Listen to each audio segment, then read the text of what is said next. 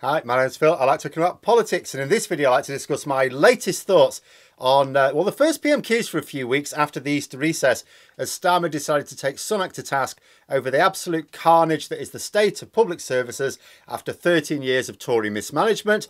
And in response, Sunak initially tried to come up with some blatant lies and then thought up a new name to call Starmer. So an even match, as you can imagine. But first, if you'd like to be notified of daily news and politics, please subscribe to the channel. So ahead of PMQs itself, we had the news that the Cabinet Office had finally released the publication of Sunak's interest regarding his wife's shares in Tory Kids, you know, the one that benefited from the budget. Little bit late doing so after the budget's been presented to Parliament and voted on. Also, this was only done after it was announced that Sunak is facing a standards investigation over this particular interest. In addition, according to Sunak's ethics advisor, what has been published today is still not the full list of interests, just the ones he was told to publish. So that means there's a whole load of declared interests that are not being declared to the public. The whole point of declaring interest is so that the public can have confidence that public money is being spent in the public interest. So the public need to see it, you know, or that the policies are being pursued in the public interest, shall we say. So there's no point in declaring an interest and then hiding it from the public. Then, just before Prime Minister's questions, it was noted that MPs would not be allowed to mention the standards investigation into Sunak. Now, this presumably will be related to PERDA, which is the period of time leading up to elections. Politicians, there's certain things they're not supposed to be able to say. And we have local elections in like 2 weeks tomorrow. So I wasn't sure at the, before it started, did this mean that Starmer would have to steer well clear of the subject altogether? Or will he be able to ask about the interest and Sunak's denial of the interest at the liaison committee a few weeks ago, but maybe just not mention the investigation? As it happens, it seems the issue was avoided altogether. You know, when we talk about Starmer not mentioning the elephant in the room, we usually mean Brexit. This time it was Sunak being personally implicated in potential dodgy dealing. So I suppose we'll now have to wait, 3 weeks before Sunak can be asked about it in Parliament. Nor that Starmer was scratching around for questions to ask. He decided to focus on the collapsed nature of public services. His general theme was basically everything's broken. Everything. But he did put special emphasis on criminal justice. Obvious enough. In general terms, this is like a Tory playground. So whenever Labour can get the upper hand, they should always focus on it. But Labour also happen to have someone who's a little bit of an expert on the issue as well, so double bonus. Sunak repeated his lie about crime being down 50% since 2010. It is not. I already did a video on that where the policing minister got stitched up over that one. Crime is absolutely, it's not down at all, in fact. In England and Wales, overall crime is up. The way the Tories are trying to claim it's down is by ignoring fraud, which is like the largest crime, the biggest contributor to crime figures. But it's still a lie, because you can't reasonably exclude a load of types of crime just because it doesn't make your figures look good. So that's a blatant lie told in Parliament. He also said there were 20,000 more police officers. Now, the way he said it implied 20,000 more police officers, not just than a few years ago when the Tories were also in power, but 2010 when they first came to power. And it's like, no. In 2010, there were about 145,000 police officers in England and Wales, which is the policing, remember, that Westminster deals with. Scotland, Northern Ireland has devolved, nothing to do with Westminster.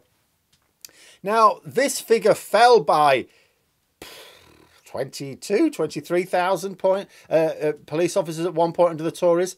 So it dropped down. Now, it has been rising again, but they don't get credit for that rise because they got it to drop down.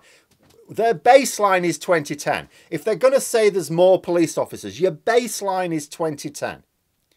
But the latest figures show that there's 142,000. So that's still several thousand down on 2010. And even if the next figures show a further increase, which according to the policing minister they will, it's not going to show an increase of 20,000 on the 2010 figures. So another, even if not a blatant lie this time, at least deeply misleading. Also, we should really do per capita on police numbers anyway. You don't compare the number of police now with like 13 years ago. The population's grown. And I think when the government do publish the latest figures, I might just do a video looking at the per capita situation. I think the figures are due next week. We'll see what else happens. Sunak also decided to fall back on Johnson-style name calling. So he's got a new name for Starmer, Sir Softy. Not quite sure why the Speaker's allowing it, but I think most of us have given up on him growing into the role by now. Still, I'm not sure people are going to be persuaded to vote Tory for their ability to use childish playground taunts. You know what I mean? Essentially, Sunak was responding with a list of taunts that have been flying around Twitter from the right-wing commentariat. Is that what his preparation for PMQs amounts to now? Pick the top 6 insults towards Starmer from The Sun, GBBs, Guido Fawkes and a few selected others, and just fire them out randomly regardless of the question being asked. I find it interesting that Sunak, when he first became Prime Minister, just like with Liz Truss, I think with their first PMQs, I actually said, oh, they look like they're engaging here. You know, okay, misleading, but this is politics, you accept that. But essentially engaging. I thought, okay, this is better than with Johnson. Didn't take him long to fall back into Boris Johnson era childish taunts and blatant lies. Basically, neither Johnson, Truss nor Sunak have ever been able to go toe-to-toe in PMQs, so they all ended up retreating to their bunkers instead, lobbing the occasional clod of dirt over the ramparts. Mind you, Sunak has no chance in any debate on the criminal justice system after 13 years of collapse under the Tories. And it's not just that this is Starmer's area of expertise and something about which Sunak knows nothing. But whatever people think of Starmer, the political leader, he was universally regarded as an absolute brilliant director of public prosecutions. You know, after several supposed responses where Sunak tried to paint Starmer's time as director as being a little bit shabby. Oh, yeah, he holds himself up as this, like, but his tenure wasn't that good after all. Starmer, obviously been able to read Sunak like a book, produced a quote from Parliament when he steps down, which was commended by one Theresa May, who was the Home Secretary at the time, which commended Starmer's work to Parliament, in particular his work on tackling grooming. You know, accolades fully accepted by the Conservative government at the time. Sunak then came back by saying, you know, that when he was DPP, Starmer got himself a new law, referring to the tax benefit, which doesn't even benefit him anyway, and which he's already said he would repeal when in government. But Sunak said, I think the quote was, he said, it is literally one rule for him and tax rises for everyone else. Now, Sunak got away with that because it was the final question. So Starmer wasn't allowed to get back up and come back. Otherwise, he'd have destroyed it, wouldn't he? See, the law was... Who was in charge when this law was enacted in 2030? Was it the Conservatives? It was the Conservatives. It wasn't Starmer. It wasn't even Labour. And it gives Starmer no special benefit anyway. In theory, what the law does is give him an extra tax break that other people wouldn't have, with a pension pot of £1 million once it gets above £1 million. But that's essentially worthless because his pension pot isn't that large for his work. And also, tax rises for everyone else. The tax rises were imposed by the Tories. In fact, Sunak personally as Chancellor over the last few years. And it's not tax rises for everyone else, is it, Mr. Sunak? Because I remember, well, I don't remember, I looked up.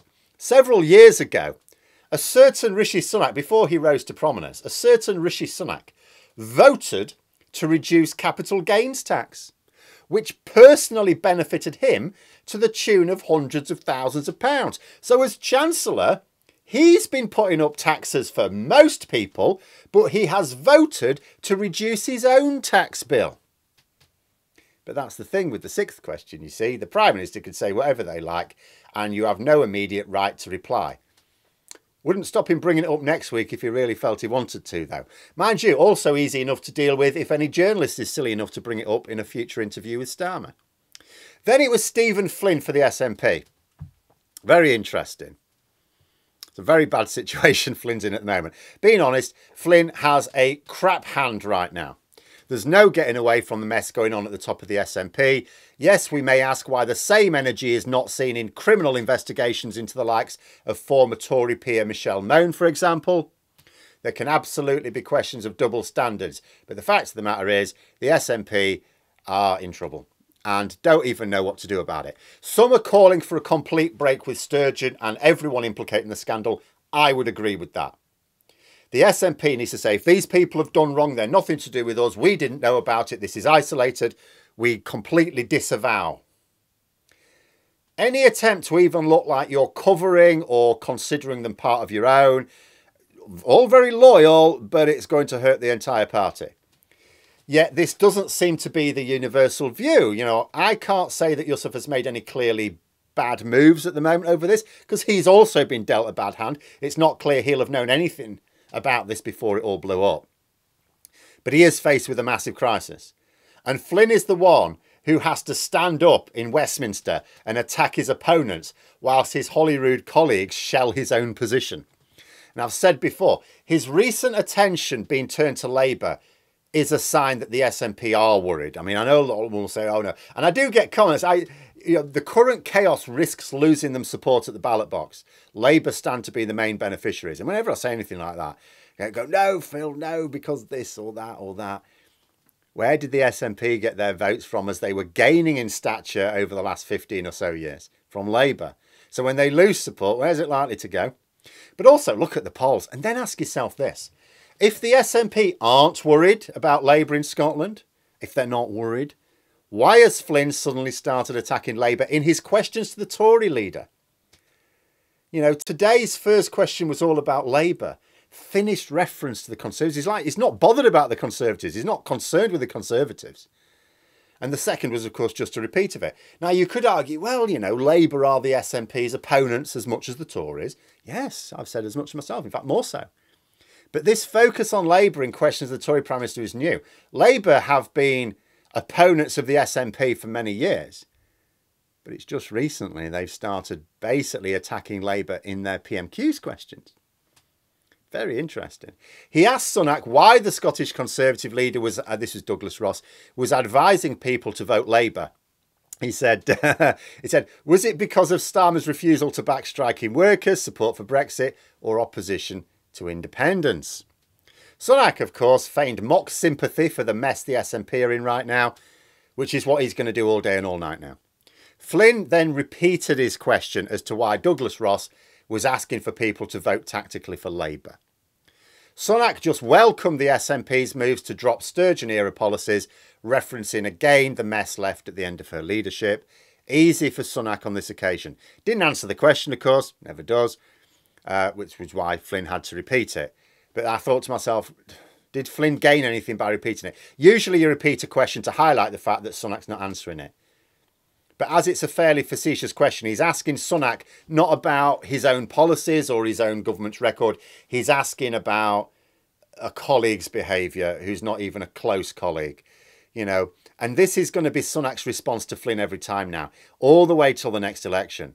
Because whatever is happening, whatever has happened with the SNP's financial dealings, I don't think anyone seriously thinks the police are going to finish their investigation and go, actually, do you know, it was all a storm in a teacup. There's nothing wrong at all. I think wrongdoing is going to emerge. And so this is going to go right to the next election, all the way there. All the way, Sunak is going to reference the financial dealings of the SNP and link it to the financial management of Scotland's budgets. Flynn needs to work with that, I think. I did wonder if he wouldn't have been better, because I don't think repeating the question actually helped him. I think it would have been better after Sunak's first response, instead of just inviting him to repeat it by repeating the question, to say he doesn't need any economic policy advice from a party whose own finances are in such a mess that they can't even afford the cleaners for their national headquarters.